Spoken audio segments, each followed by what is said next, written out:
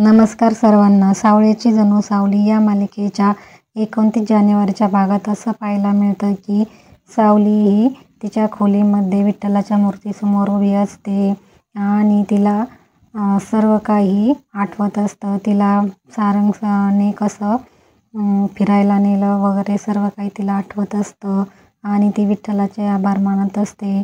ती विठ्ठलाला म्हणते की तुझे कसे आभार मानू पांडुरंगा, आज सारंग सर माझ्यावर खूप खुश आहेत, असं सावली विठ्ठलाला म्हणते.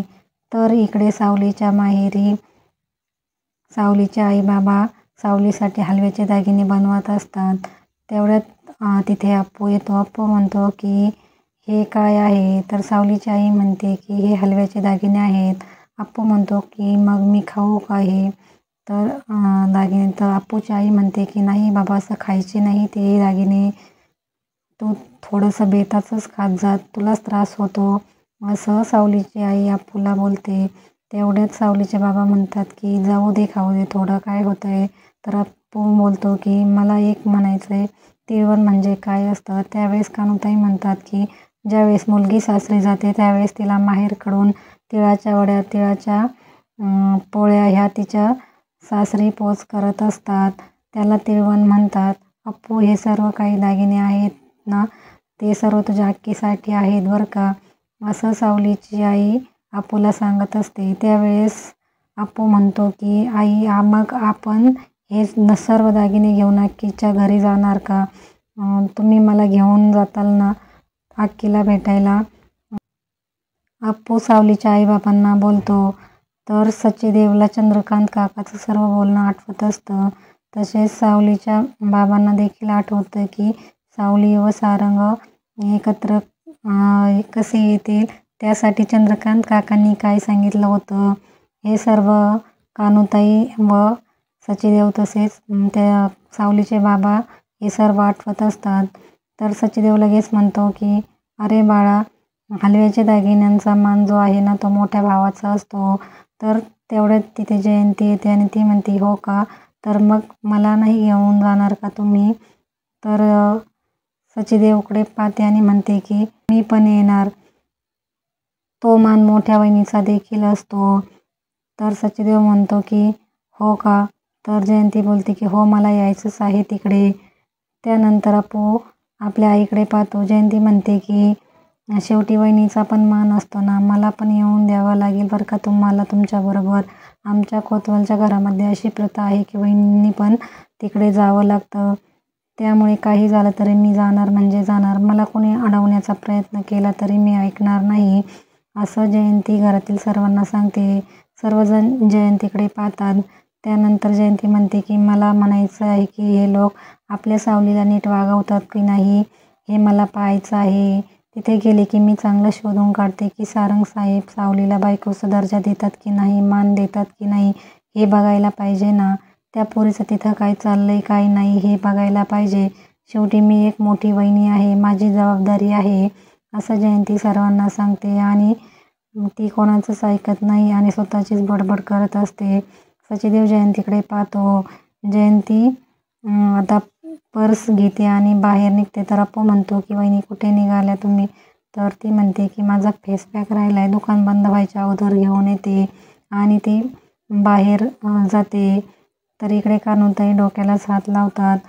तर इकडे सारंगच्या घरी असं पाहायला मिळतं की तिलोत्तमा घरामध्ये बसलेली असते. तिलोत्तमा चंद्रकांत काकांना म्हणते की तुम्हाला किती वेळा सांगितलं आहे की त्या मुलीची तुम्ही एवढी बाजू घेऊ नका, तुम्ही त्या मुलीची खूप बाजू घेता, मला ते आवडत नाही. आणि समोरच राज आणि सारंग देखील तिथे बसलेले असतात. तेवढ्याच सावली तिथे चहा घेऊन येते.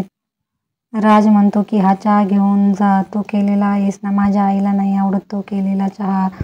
तर सावली तो चहा मागे घेऊन जाते. तर सारंग लगेच म्हणतो की सावली, चहा गरम आहे का, मी घेतो, आणि सारंग चहा घेतो. तर राज म्हणतो की या मुलामध्ये खरंच खूप बदल झालेला आहे. तर तिलोत्तमा देखील सारंगकडे खूप रागाने पाहते. आणि इकडे जयंती आणि सचीदेव हे दुसऱ्या दिवशी सावलीच्या घरी जाण्यासाठी निघाले असतात.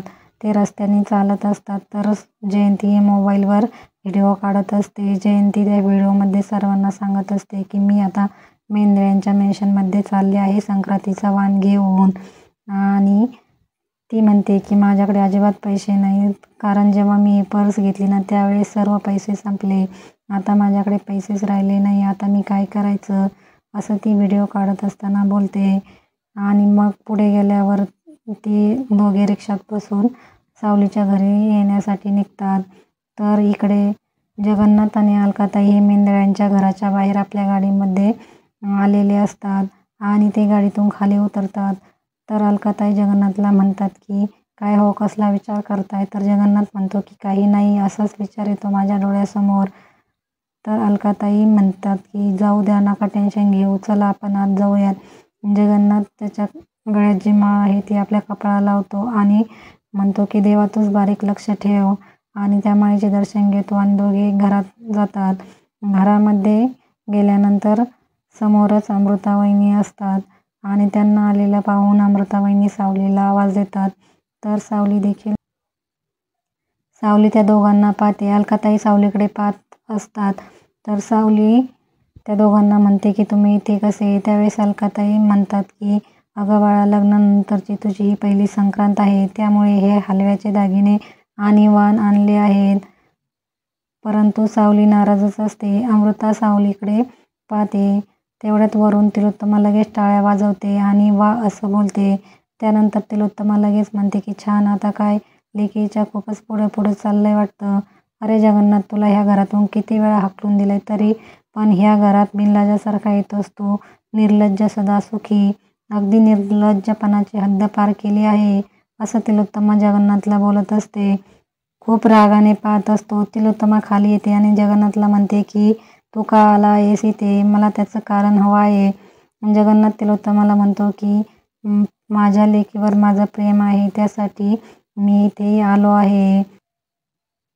शेवटी माझी मुलगी ह्या घरामध्ये आहे. ज्या घरामध्ये माझ्या लेकीचा जीव गेलेला आहे त्या घराची पायरीसुद्धा चढण्याची माझी इच्छा राहिली नाही. परंतु आज फक्त मी ह्या लेकीसाठी इथे आलो आहे, असं जगन्नाथ त्यावेळेस सर्वांना सांगतो. तिलोत्तमा म्हणते की सारखं सारखं तेच बोलून आम्हाला का त्रास देतोय तो, असं तिलोत्तमा जगन्नाथला म्हणते. मी तुला त्या दिवशी सुद्धा सांगितलं होतं की त्या लेकीमध्ये सुद्धा मला अजिबात रस नव्हता आणि ह्या लेकीमध्ये देखील नाही. हे ऐकून सारंगला देखील खूप वाईट वाटत असतं. जगन्नाथ म्हणतो की लेकरांच्या बाबतीत अशा आईचं प्रेम कसं होऊ शकतं, त्याचंच मला खूप वाईट वाटतं. म्हणजे आपल्या स्वतःच्या मुलांवर एवढं प्रेम करणारी आई दुसऱ्यांच्या मुलांवर असं प्रेम करू शकत नाही. त्यामुळे ही एक दुर्दैवाची गोष्ट आहे. खरोखर मला अशी स्वार्थी आई तुझ्याकडे पाहायला मिळाली आहे. तिलोत्तमा मेंदळे, तुझं हे चुकतंय.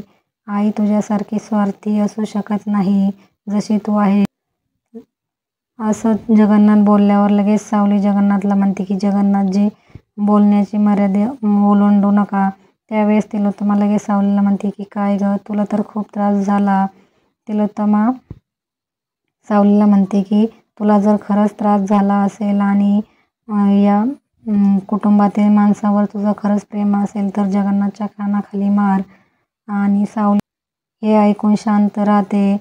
ती फक्त जगन्नाथकडे पाहत असते. तर जगन्नाथ म्हणतो की मार बाळा, तू माझी मुलगी आहेस, मला काही वाटणार नाही आणि तुला स्वतःला सिद्ध करण्याची काही गरज नाही माझ्यासमोर. माझ्या कानाखाली मारल्यामुळे या तिलोत्तमा मेंदळेचा जर विश्वास बसणार असेल आणि तुझा जर संसार सुखी होणार असेल तर तू माझ्या कानाखाली मार आणि मी देखील कानाखाली खायला तयार आहे, असं जगन्नाथ सावलीला म्हणतो. तिलोत्तमा सावलीकडे पाहते आणि सावलीला म्हणते की मार कानाखाली. तर सावली थोडीशी पुढं जाते आणि जगन्नाथ समोर येऊन उभी राहते. जगन्नाथ सुद्धा सावलीकडे पाहत असतो. जवळ सारंग, चंद्रकांत काका आणि घरातील सर्वजण उभे असतात. आता सावली जगन्नाथच्या कानाखाली मारणार की नाही हे पुढील भागात